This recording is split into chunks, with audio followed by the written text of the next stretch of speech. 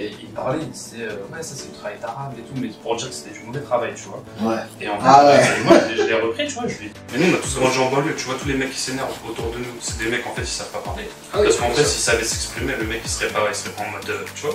Souvent on va pas avoir la réflexion de se dire, ok, si je mets ce mot dans un dictionnaire, est-ce que la définition correspond à ce qu'on m'a appris? Petit instant promo pour te dire que j'ai créé un nouveau guide. De 0 à trader indépendant en 30 jours, le guide ultime du débutant en trading. Pour plus d'informations, clique sur le lien dans la description. Et dernière chose, ce guide est totalement gratuit.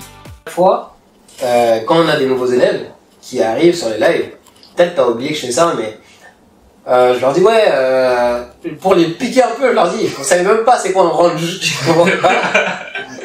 En plus, non mais tu sais qu'ils ils tombent tous dans le piège. Bien sûr. Parce que quand ils vont dire range, ils vont dire quoi? Ouais, marché qui stagne.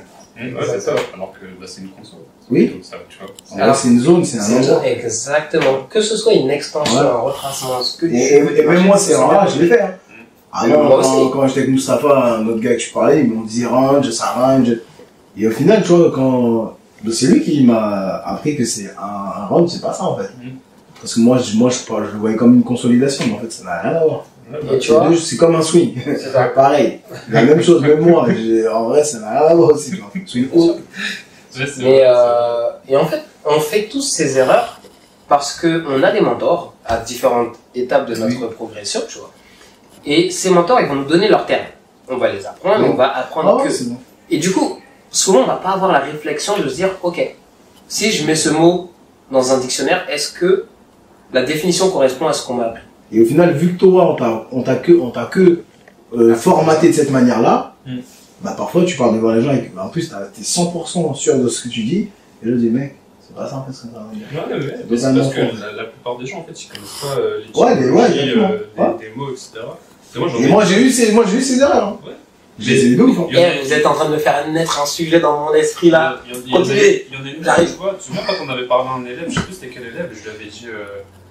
Et il me parlait, il disait ouais, ça c'est du travail d'arabe et tout, mais pour dire que c'était du mauvais travail, tu vois. Ouais. Et en fait, moi je l'ai repris, tu vois, je lui ai dit, mais tu sais, travail d'arabe à la base c'est du travail bien fait parce que c'est eux qui ont créé énormément de choses dont on se sert aujourd'hui en Occident. Donc il faut savoir que à la base c'est du travail bien fait. Et c'est juste qu'aujourd'hui, bah, le mot il a perdu, enfin, cette expression elle a perdu sa valeur et il comprenait pas. Du coup, je suis parti sur le.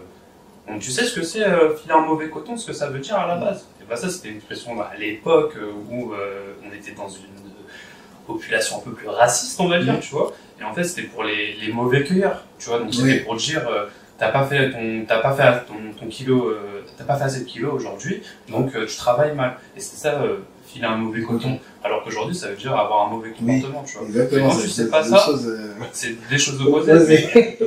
En fait, tu vois, si tu savais juste de base que filer un mauvais coton, c'était genre pas avoir fourni le travail nécessaire, et bah tu le prendrais pas comme un mauvais comportement. Et donc peut-être que tu serais même pas vexé aujourd'hui, tu vois. L'opposition fait de la mauvaise. C'est l'évolution de la langue qui. Ouais, c'est ça. Tu vois, souvent j'entends la langue française est belle et elle se perd. Mais c'est vrai parce que finalement, on n'apprend plus le sens des mots. On les dit spontanément. Exactement, tu vois, tu grandis, tu apprends, tu entends, tu essayes de comprendre sans vraiment aller chercher sa définition, tu l'emploies encore et encore, et ça devient, le mot change de définition, évolue avec le temps, tu vois. Mais en vrai, si on faisait plus d'efforts de manière collective pour mieux comprendre notre langue, bah, on n'aurait pas ces soucis de langue qui se meurent. Par exemple, c'est con, hein, mais le français canadien est beaucoup plus proche de ce qu'était le français d'origine. Ok.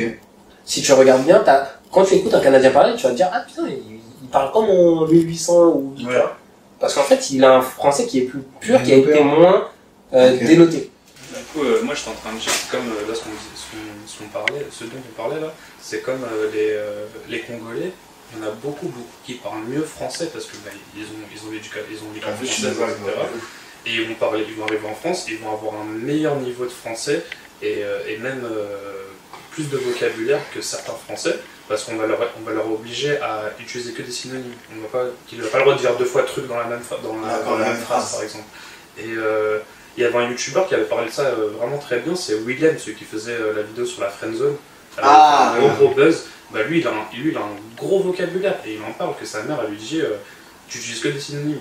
Et ils ont un vocabulaire très très riche et ça leur permet ça s'entend déjà bien dans s'exprimer. il y a une bonne élocution, déjà même dans ses vidéos, ça se voit. Et Moi, je bois la langue de moi.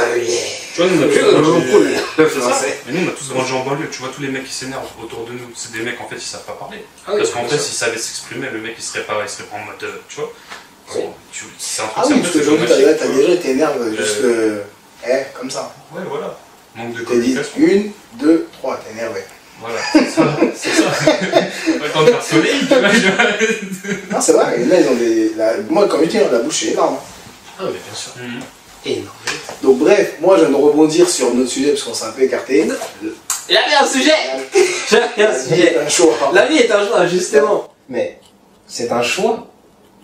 Oui, Le mentor que tu prends. oui, c'est La un choix. personne que tu Ah oui, choisis. Et c'est un choix Non. déjà de base. Non, c'est un choix.